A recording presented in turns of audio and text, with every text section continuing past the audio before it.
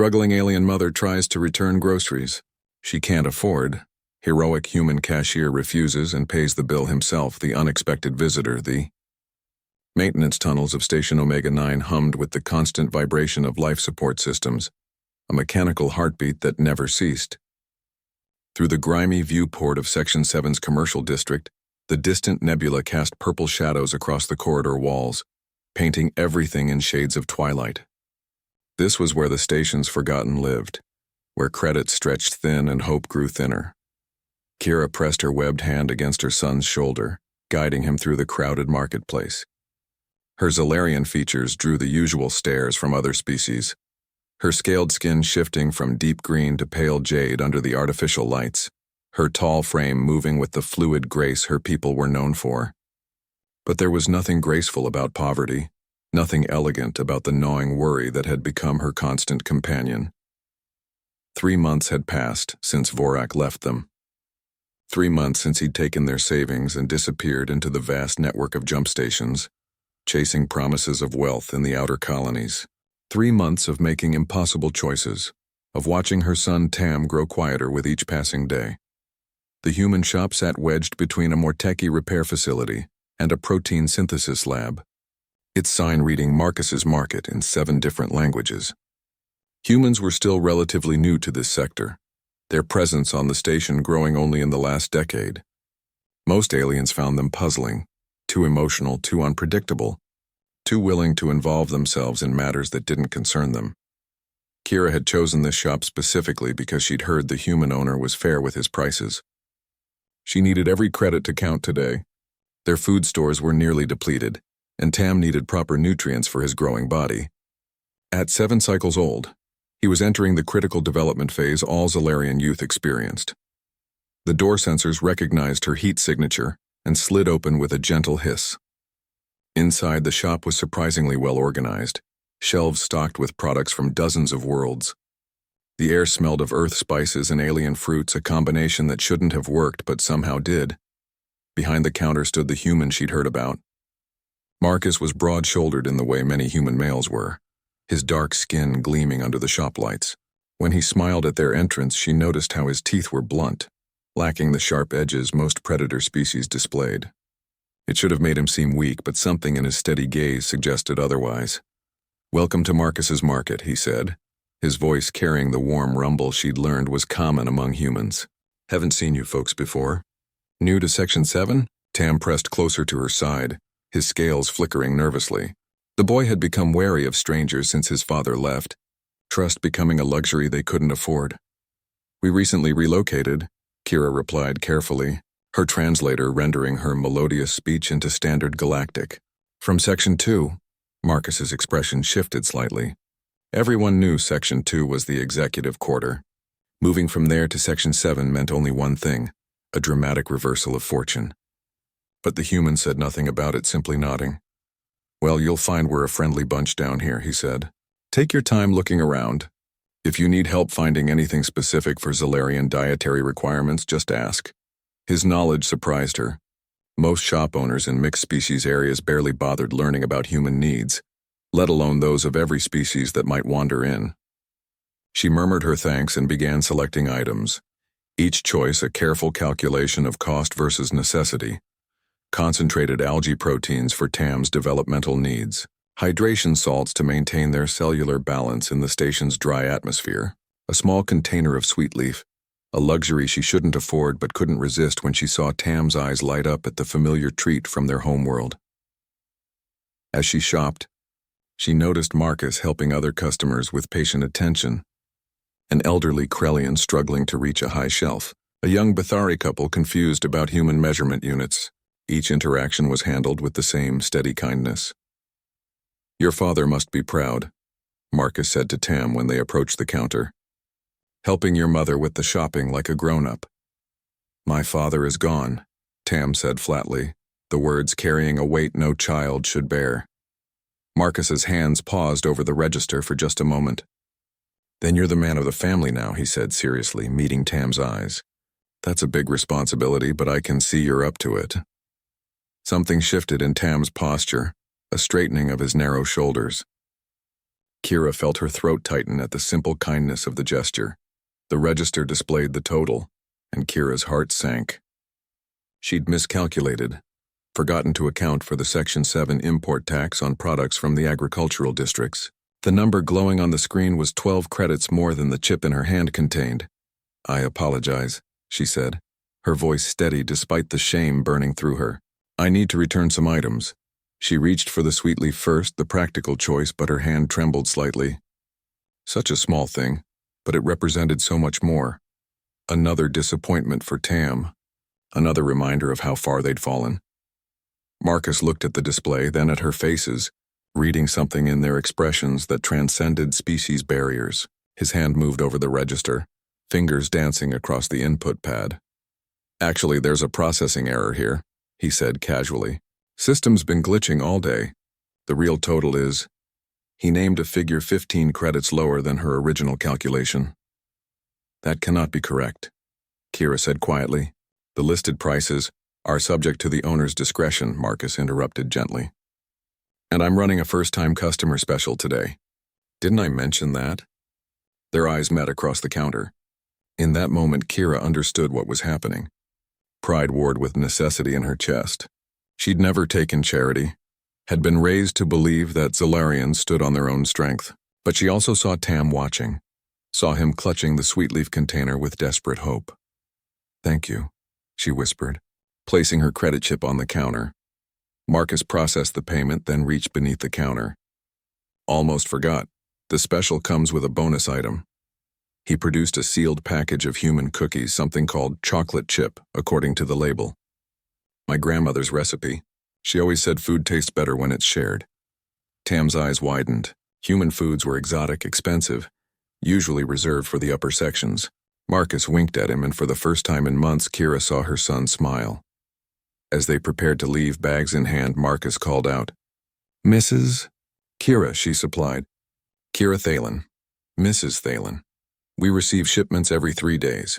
Sometimes there are irregularities, damaged packaging, near expiration dates. Nothing wrong with the products, but I can't sell them at full price. If you're interested, I could let you know when these opportunities arise." She understood what he was offering, a way to maintain her dignity while ensuring they didn't go hungry. "I would appreciate that, Mr. Marcus." "Just Marcus," he corrected with that warm smile. "We don't stand on ceremony in Section 7. Walking back to their small apartment, Tam clutched the cookie package like a treasure. "The human was nice," he observed. "Yes," Kira agreed, feeling something she hadn't experienced in months, a tiny spark of hope. He was. That night, as they shared the human cookies, which were surprisingly compatible with Zolarian physiology, Kira thought about the shopkeeper's kindness. She'd heard stories about humans, about their strange tendency to help others without expectation of return. She'd dismissed them as exaggerations, propaganda spread by the Human Alliance to improve their species' reputation. But Marcus had asked for nothing, expected nothing. He'd simply seen a need and addressed it, as if it were the most natural thing in the universe. Over the following weeks, Kira found reasons to return to the shop. Sometimes for necessities, sometimes just to browse when Tam grew restless in their cramped quarters. Marcus always greeted them warmly, always found some small way to brighten their day. A sample of a new fruit, a story about Earth that made Tam laugh, a quietly reduced price on essential items. She learned that Marcus had come to Station Omega-9 5 years ago, part of a human initiative to establish businesses in mixed-species communities. He'd chosen Section 7 specifically, turning down more profitable opportunities in the upper sections. "Money isn't everything," he'd said when she'd carefully asked about it. "Making a difference in people's lives, that's worth more than credits." It was such a human perspective, valuing intangible rewards over material gain. Her own people would have called it foolish. But watching Marcus interact with his customers, seeing the way he remembered everyone's names and preferences, she began to understand the wealth he was accumulating wasn't measured in credits. The growing bond. The emergency sirens woke everyone in Section 7 at 300 hours, their piercing wail cutting through the artificial night cycle. Kira jerked upright, her scales immediately shifting to a defensive orange hue as she reached for Tam. The boy was already awake, pressed against the window watching the corridor lights flicker and die. Power grid failure in sections 5 through 8. The automated announcement droned. Estimated repair time 14 standard hours. Seek appropriate shelter if environmental controls are required for species survival. 14 hours. For a Zolarian, that meant 14 hours of dropping temperatures that their cold-blooded physiology couldn't properly regulate. She pulled Tam close, already feeling the chill seeping through their thin walls as the heating systems died. Within an hour, the temperature had dropped 15 degrees. Tam was shivering, his scales dulling to a dangerous gray color that indicated thermal distress. Kira wrapped him in every covering they owned, but it wasn't enough. The emergency shelters would be overwhelmed, packed with dozens of species all competing for limited space. A sharp knock at their door made her jump. Through the security viewer, she saw Marcus standing in the corridor, carrying a portable heating unit and wearing that concerned expression she'd come to recognize. "Heard about the power failure," he said when she opened the door. "Humans run hot, we're basically walking furnaces. Figured you might need some help." Before she could respond, he was inside, setting up the heating unit with practiced efficiency. The device hummed to life, powered by its own battery cell, immediately raising the ambient temperature. "This should last about 6 hours," he said, then noticed Tam's condition. Without hesitation, Marcus sat on their worn couch and held out his arms. "Come here, buddy. Human body temperature runs at 37 degrees Celsius. I'm better than any heating pad." Tam looked at his mother uncertainly. Physical contact between species was rare, often taboo, but Kira could see her son's distress, could feel her own body struggling with the cold. She nodded. Marcus pulled Tam against his chest, wrapping his large arms around the boy. Almost immediately, Tam's shivering began to ease. The human's natural warmth radiated like a small sun, and her son's scales gradually shifted back toward their healthy green. "Better?" Marcus asked. Tam nodded, relaxing into the embrace with the trust only children could manage. Within minutes, he was asleep. "You didn't have to come," Kira said softly, settling beside them. "Your shop, your inventory is fine," Marcus finished. "I've got backup power for the freezer units. Everything else can wait." He adjusted his position carefully, making sure not to wake Tam. No one should be alone during an emergency. They sat in comfortable silence for a while, the heating unit humming and Tam's breathing steady and even. Kira found herself studying Marcus's profile in the dim emergency lighting. His features were different from her people's. That strange human nose, the expressive eyebrows, the skin that seemed to hold warmth like a battery. But there was something appealing about the differences, something that spoke to a part of her she'd thought died with her partnership. "Tell me about Earth," she said, surprising herself with the request. Marcus smiled, his voice taking on a storytelling quality. He told her about blue skies and green forests, about oceans that covered most of the planet, about seasons that changed with predictable beauty. He described snow, something Tam had never experienced, and rain that fell from clouds instead of being distributed through irrigation systems. "Sounds beautiful," Kira murmured. "It is. But beauty isn't just about place, it's about people too." His eyes met hers meaningfully. "Earth taught me that. We had so many different cultures, different peoples, all sharing one world. We learned that our differences made us stronger, not weaker. Humans are known for that," Kira observed. "Your ability to adapt, to find common ground with any species. We're pack animals at heart," Marcus explained. "We form bonds quickly, maybe too quickly sometimes.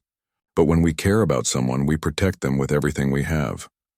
The way he said it, the way his arms tightened protectively around Tam, made something flutter in Kira's chest. She'd thought herself beyond such feelings, especially for someone of another species. But Marcus had shown them more kindness in a few weeks than some of her own people had in years. "My former partner," she began, then stopped. She'd never spoken about Vorak to anyone. "You don't have to." "I want to," she interrupted, surprising herself. "He was ambitious. Said Section 7 was beneath us, that we deserved better. He took everything when he left. Said he'd send for us when he'd made his fortune in the outer colonies." She made a bitter sound. That was 3 months ago. Marcus's jaw tightened. His loss. Any man who could walk away from his family, from his responsibilities. He never deserved you. The conviction in his voice made her scales shimmer with bioluminescent patterns, the Zolarian equivalent of blushing. She was grateful for the dim lighting that might hide her reaction. Tell me about the Unity Festival, she said, changing the subject. Tam saw advertisements. Marcus's face lit up. It's next week. A celebration of all the species on the station, sharing food, music, art. I'm helping coordinate the human pavilion. Actually, he hesitated. I could use help with the cultural exchange portion. Someone who understands what it's like to be an outsider, to bridge different worlds. I know nothing about human culture, Kira protested. But you know about bringing people together. I've seen you in the shop, helping translate between species, mediating disputes.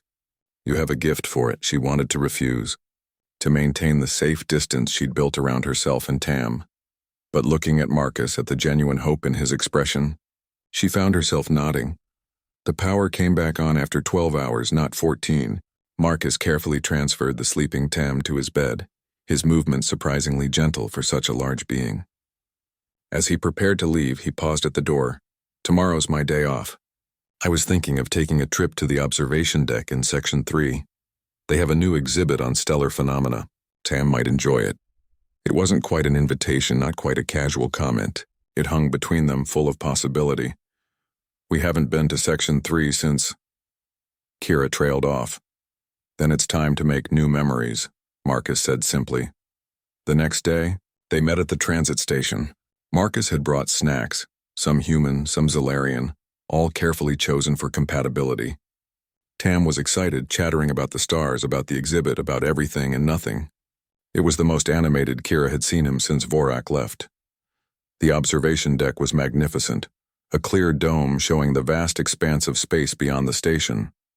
Tam pressed against the transparency, pointing out constellations, asking endless questions that Marcus answered with patience and enthusiasm. Is that Earth's star? Tam asked, pointing to a distant yellow dot. Too far to see from here, Marcus admitted. But it's in that direction, about 40 light-years away. Do you miss it? Marcus considered the question. Sometimes. But home isn't just where you come from, it's where you choose to be, who you choose to be with. His eyes found Kira's as he said it, and she felt that flutter again, stronger this time. They spent the day exploring, sharing meals, watching Tam's wonder at each new discovery. Other families were there, human, Zalarian, dozens of other species, all mingling freely. Some stared at their mixed species group, but Marcus seemed oblivious to the attention, focused entirely on ensuring they enjoyed themselves.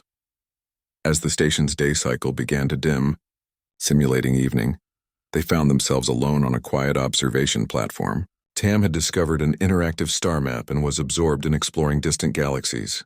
Thank you, Kira said quietly, for today, for everything. You've given Tam something I couldn't, hope. I've just shown him what's possible, Marcus replied. That life can be good again, that there are people who care about him. Just him? The question slipped out before she could stop it.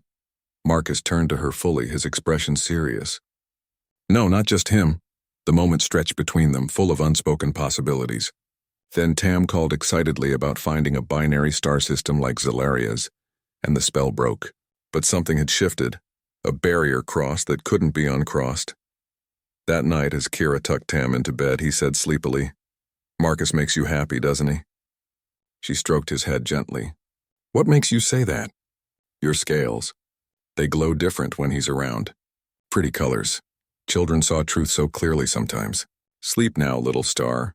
But as she stood by the window looking out at the station lights, she admitted to herself that Tam was right. Marcus did make her happy. It was dangerous, probably impossible, certainly complicated, but for the first time since Vorak left, she felt like she was living instead of just surviving. Standing together. The message arrived during the busiest hour at Marcus's market, its official seal making Kira's hearts freeze in her chest. She'd been helping Marcus with inventory while Tam practiced his guitar, an instrument Marcus had given him after discovering the boy's natural musical ability. The normal rhythms of their new life shattered as she read the legal document on her datapad. Vorak has filed for custody, she said, her voice hollow. He's claiming parental rights under Zalarian law. Marcus set down the crate he'd been unpacking, crossing to her in 3 quick strides. He abandoned you both. How can he?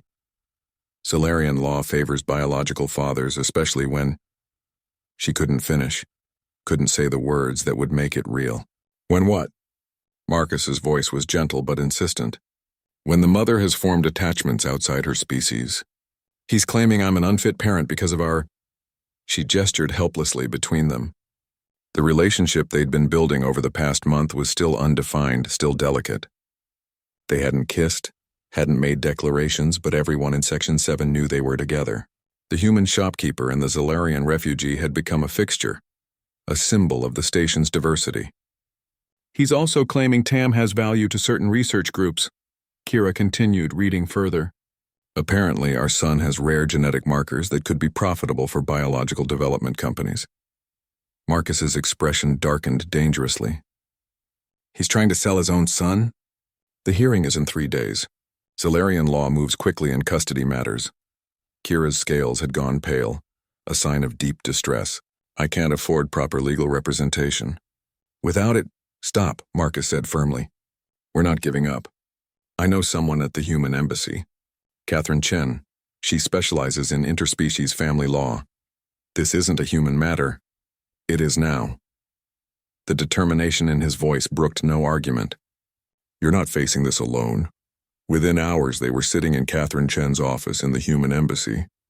The lawyer was a small woman with sharp eyes and an even sharper mind, taking notes as Kira explained the situation. Interesting, Catherine said when they finished. Vorak made a mistake claiming research interest in Tom. Under the Galactic Child Protection Protocol, any attempt to commodify a minor's genetic material triggers intervention rights. But that won't stop the custody hearing, Kira pointed out. No, but it gives us leverage. There's another option, though it's unconventional. Catherine leaned back in her chair. Human Zalarian marriages are recognized under the Interspecies Union Act. A stable 2-parent household would significantly strengthen your position. The office fell silent. Marcus and Kira carefully didn't look at each other. I know it's sudden, Catherine continued, but Zalarian courts respect formal commitments. And from what I've observed, this wouldn't exactly be a marriage of convenience. That evening, after Tam had gone to bed, Marcus and Kira stood on the observation deck where they'd shared their first real moment together. The stars wheeled slowly beyond the transperistile, indifferent to the drama of small lives. We don't have to do this, Kira said quietly. I can't ask you to... You're not asking. I'm offering. Marcus took her hands, marveling at the way her scales caught the starlight. Kira, I've been falling for you since the day you walked into my shop. Maybe this isn't how either of us imagined it happening. But I want this. I want you and Tam in my life officially, permanently. Humans and Zalarians. We're so different. What if... We're different in all the right ways, Marcus interrupted. You've taught me patience, shown me grace under pressure I couldn't imagine. And maybe I've shown you that it's okay to accept help, to trust someone again. Kira's scales shimmered through a spectrum of colors. Uncertainty, hope, and something that looked very much like love. Tam adores you. And I love him like he was my own. But this isn't just about Tam.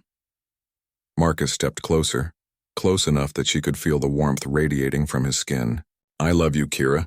Not because of the situation, not because you need help, but because you're brilliant and brave and you make me want to be better than I am. I never expected to feel this way again, she admitted, especially not for a human. But you've shown me that love doesn't follow species lines or logical rules. It just is. Is that a yes? Instead of answering with words, Kira did something she'd never done with a human before. She kissed him. It was awkward at first. Their anatomies weren't quite designed for this, but Marcus adapted quickly, his arms coming around her as her scales flared with bioluminescent joy. That's definitely a yes, he murmured against her mouth. They were married 2 days later in a ceremony that blended human and Zalarian traditions. The Human Embassy's cultural hall was transformed with lights that mimicked both Earth's sun and Zalaria's binary stars. Tam stood as witness wearing a traditional Zalarian sash over his human-style suit, beaming with pride. Marcus's friends from the market district came, as did the other refugees Kira had befriended. Even some of the Section 2 elite attended, curious about the interspecies union that had the whole station talking. Catherine Chen officiated, her words carefully chosen to honor both cultures.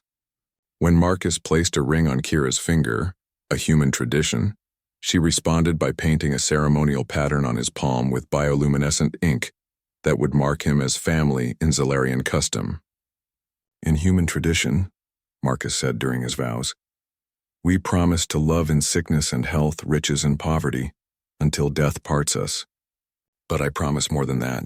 I promise to love you across every difference, every challenge that comes from our two peoples, learning to be one family. I promise to be a father to Tam and any children that might come. I promise that your battles are my battles, your joys my joys, for all the days the universe grants us. Kira's vows were delivered in both Zellarian and human language. In my people's way, I sing your name into the stellar registry, marking you as mine across all systems. But in your people's way, I promise to choose you every day, every moment, even when choosing seems impossible. You have shown me that strength isn't standing alone. It's standing together. I bind my life to yours, human and Zellarian, until the stars themselves go dark. The kiss that sealed their union drew cheers from the human guests and harmonious humming from the Zellarians, two very different expressions of the same joy. The celebration was interrupted by the arrival of Vorak and two Zellarian legal officials. He stood in the doorway, his expression thunderous, his scales a deep purple of rage. This farce ends now, he declared. The custody hearing has been moved to today. The Zellarian court doesn't recognize this mixing of species. Actually, they do, Catherine said smoothly, producing a datapad. The Interspecies Union Act was ratified by the Zellarian government 40 solar cycles ago. This marriage is entirely legal. It doesn't matter, Vorak snarled. I'm still the biological father. Zellarian law is superseded by galactic law when child welfare is concerned. A new voice interrupted. A human admiral in full dress uniform entered, followed by a delegation from the Galactic Council. Admiral Torres was an imposing woman, her presence immediately commanding the room. Mr. Vorak, you're under investigation for attempting to traffic genetic material, she announced. Your communication with the Helix Corporation regarding your son's DNA has been documented. That's a violation of 17 different statutes. Vorak's scales went pale. That's not, we have the recordings, Catherine said. You offered to sell Tam's genetic markers for 50,000 credits. The room erupted. The Zellarian officials immediately distanced themselves from Vorak, while the wedding guest looked on in shock. Tam pressed closer to Marcus, who wrapped a protective arm around him. However, Admiral Torres continued, we're willing to offer you a choice. Renounce all parental claims and leave this station permanently, or face prosecution that could result in 30 years of labor rehabilitation. Vorak looked at Kira, at Marcus, at the son he'd never really wanted except as a commodity. His pride warred with his self-preservation, scales flickering through indecisive colors. You've poisoned him against me, he said to Kira, taken my son and given him to this alien. No, Tam spoke up, his young voice clear and strong. You left us. Marcus stayed. He's my father now. The simple truth of a child's words seemed to break something in Vorak. He turned to the Admiral. I renounce all claims, just let me leave. As security escorted Vorak out, the wedding atmosphere slowly returned. But there was something different now, a sense of victory, of family truly forged. Later, as the celebration continued around them, Marcus found a quiet moment with Kira and Tam on the observation deck. The stars that had witnessed their first real conversation now witnessed their first moment as an official family. I have something for you both, Marcus said, producing 2 small boxes. Inside each was a pendant, a small earthstone set in Zellarian crystal, with an inscription in both languages, family is chosen. It's perfect, Kira breathed, her scales shimmering with every color of happiness.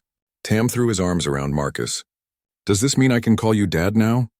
I'd be honored, Marcus replied, his voice thick with emotion. As they stood together, looking out at the infinite expanse of space, Kira reflected on the journey that had brought them here. It had started with a simple act of kindness, a groceries bill paid by a stranger. But that small gesture had grown into something magnificent. A love that transcended species, a family that defied convention, a future bright with possibility. What are you thinking? Marcus asked, pulling her closer. That humans were right about something, she replied. Sometimes the best things in life are the ones you never see coming. Like you, he said, kissing her gently. Like us, she corrected, including Tam in their embrace. The stars continued their eternal dance, indifferent to the small lives below. But in that moment, on that station, 3 people from 2 different worlds had created something new. A family built not on biology or tradition, but on choice, on love, on the simple human truth that kindness could change everything. Station Omega 9 had seen many stories over its years of operation. Stories of conflict and cooperation, of loss and discovery. But the story of the human shopkeeper and the Zalarian mother would be remembered as something special. Proof that, in a universe full of differences, love remained the most powerful force of all. As they headed back to the celebration, Tam between them, hands linked across species and space, they were no longer refugees or strangers or separate peoples trying to coexist. They were family, and that was the most human and most universal truth of all. Building tomorrow, 6 months had passed since the wedding, and life on Station Omega 9 had settled into a rhythm that felt both foreign and perfectly right. Marcus's market had expanded into the adjacent space, becoming a community hub where different species gathered not just for supplies but for connection. The morning cycle found Marcus teaching Tam the finer points of inventory management, while Kira handled the new cultural exchange program they'd established. The changes weren't just professional. Their small apartment in Section 7 had been transformed into a home. Zalarian heating crystals shared shelf space with Earth photographs. Tam's guitar leaned against a corner where Marcus had installed a small hydroponic garden, growing both human vegetables and Zalarian flowering vines. The merger of 2 worlds had created something entirely new. "Dad, why do humans shake hands but Zalarians touch foreheads?" Tam asked, carefully arranging imported fruit on the display. The boy had grown 3 inches in the past months, his scales showing the darker emerald patterns that marked approaching adolescence. Marcus smiled at the title that still made his heart swell. Different species evolved different ways of showing trust. Humans expose their weapon hand to show peaceful intentions. Zalarians share thermal signatures through contact. Both mean the same thing. I trust you, but you and Mom do both. That's because we're building something new, Marcus explained. Not fully human, not fully Zalarian, but something in between.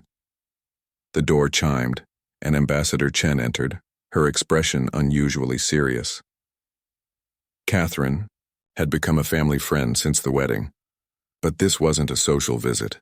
"We need to talk," she said, glancing meaningfully at where other customers browsed. Privately. In the back office, Catherine pulled up a holographic display showing legal documents and star charts. "The Helix Corporation hasn't given up. They've filed a claim stating that Tam's genetic markers are corporate property, based on a contract Vorak signed before he left." Kira's scales flashed defensive orange. "Vorak had no right." "Legally he did at the time," Catherine interrupted. "The contract predates his renunciation of parental rights. They're not seeking custody, but they want periodic genetic samples and the right to any medical data."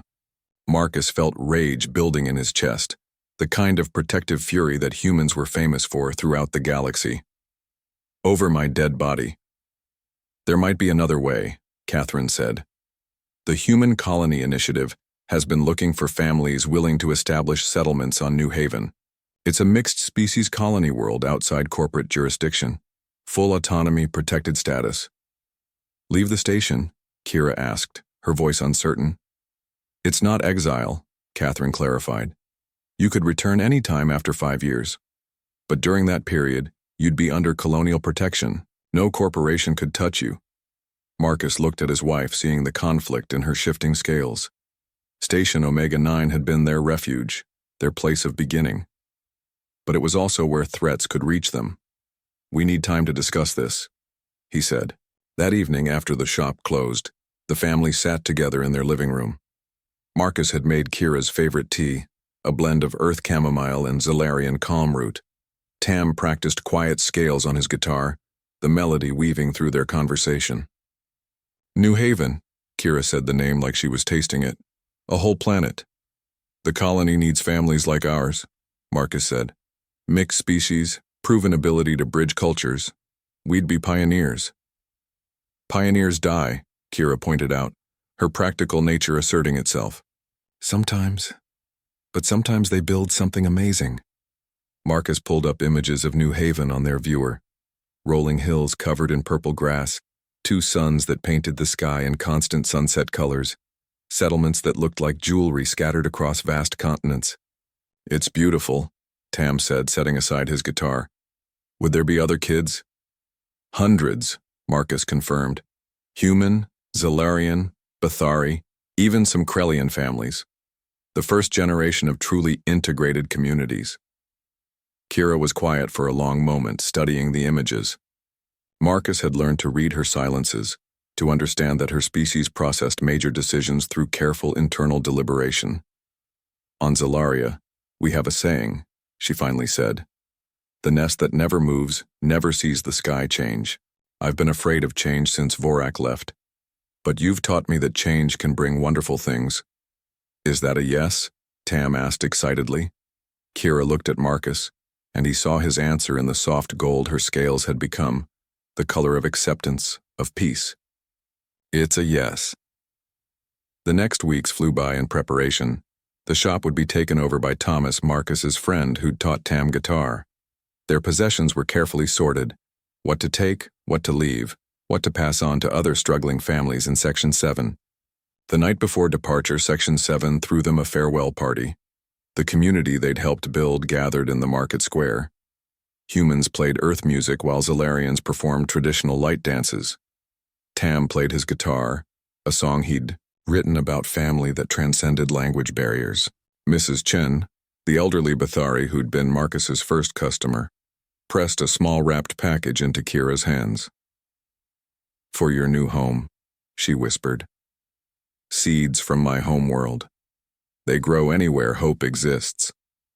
The morning of departure came too quickly. The transport ship was smaller than Marcus had expected, but well equipped. Their cabin had been modified for dual-species comfort, with human furnishings and Zalarian environmental controls. As Station Omega-9 shrank in the viewport, Tam pressed between his parents, watching their old life become a point of light among millions. "Are you scared?" he asked. "Terrified," Marcus admitted. "But the best adventures usually start that way." "Your father's right," Kira added, her arm around Marcus's waist. "We're not running away. We're running toward something." The journey to New Haven took 3 weeks through hyperspace. During that time, they met the other colonist families. The Johnsons, a human couple with twin daughters who immediately adopted Tam as an older brother. The Valens, a Zalarian family who helped Kira maintain her connection to her culture. The Hendricks-Nars, another mixed couple, human and Bathari, who had faced similar challenges. "It's like a gathering of misfits," joked David Hendricks, the human half of the couple. "All of us who don't quite fit the mold of our species." "Pioneers," Marcus corrected. "We're all pioneers." When New Haven finally appeared in the viewport, the entire ship gathered to watch. The planet was more beautiful than the images had shown. Continents of purple grasslands were broken by chains of crystalline mountains. The twin suns created a perpetual golden hour that made everything seem to glow. Their assigned settlement was called Haven's Rest, a community of about 300 beings. The house waiting for them was simple but solid, with a garden plot and a view of distant mountains. It was already furnished with the basics, but empty enough to make their own. That first night, as they unpacked their few treasured possessions, Tam found the package Mrs. Chen had given them. Inside were seeds and a note. "Every garden needs its first seed. Every community needs its first family. Be that seed." Marcus and Kira exchanged glances. Through the window they could see other houses, other families settling in, children of various species playing together in the common area, adults working side by side to build something new. "We made it," Kira said softly. "We're just beginning," Marcus replied. Over the following months they established their new life. Marcus opened a small general store that quickly became, like his shop on the station, a community gathering place. Kira was elected to the Colony Council, her gift for mediation and cultural bridge building proving invaluable. Tam thrived in the colony school, his unique perspective as a child of two worlds making him a natural leader among his peers. Helix Corporation made one attempt to reach them, sending legal notices that were returned unopened under colonial law. After that, silence. They were truly free. One evening, as New Haven's twin suns set in their eternal dance, the family sat on their porch. Tam was teaching a group of mixed children a song that combined human and Zellarian musical traditions. Marcus had his arm around Kira, her scales shimmering with contentment. "Do you miss it?" Kira asked. "The station, Earth, the life you had before?" Marcus considered the question. "I miss parts of it, but I wouldn't trade this for anything. You and Tam, this place we're building, this is home." "The humans have another saying," Kira said, a smile in her voice. "Home is where the heart is. I didn't understand it before. Hearts are just organs. But now," she placed her hand over his chest, feeling the steady beat. "Now I know home isn't a place. It's the people who hold your heart." A year passed. The colony grew. Marcus's store expanded into a proper trading post. Kira helped establish the first interspecies medical clinic. Tam's musical group performed at the Harvest Festival, their fusion of styles creating something entirely new. Then came the message that changed everything. Catherine Chen's face appeared on their home communicator, her expression triumphant. "The Galactic Council has ruled. The Helix Corporation's practices have been deemed illegal. All contracts regarding genetic materials of minors are void. More importantly, they're establishing new laws protecting mixed species families. You're free to return if you want." The family looked at each other. Station Omega-9 had been their beginning, but New Haven had become their home. They'd planted gardens, made friends, built a life. "What do you think?"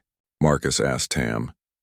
The boy, now taller and showing the first signs of the adult he'd become, looked out at the purple fields where his friends were playing. "This is home now, but maybe we could visit the station sometime?"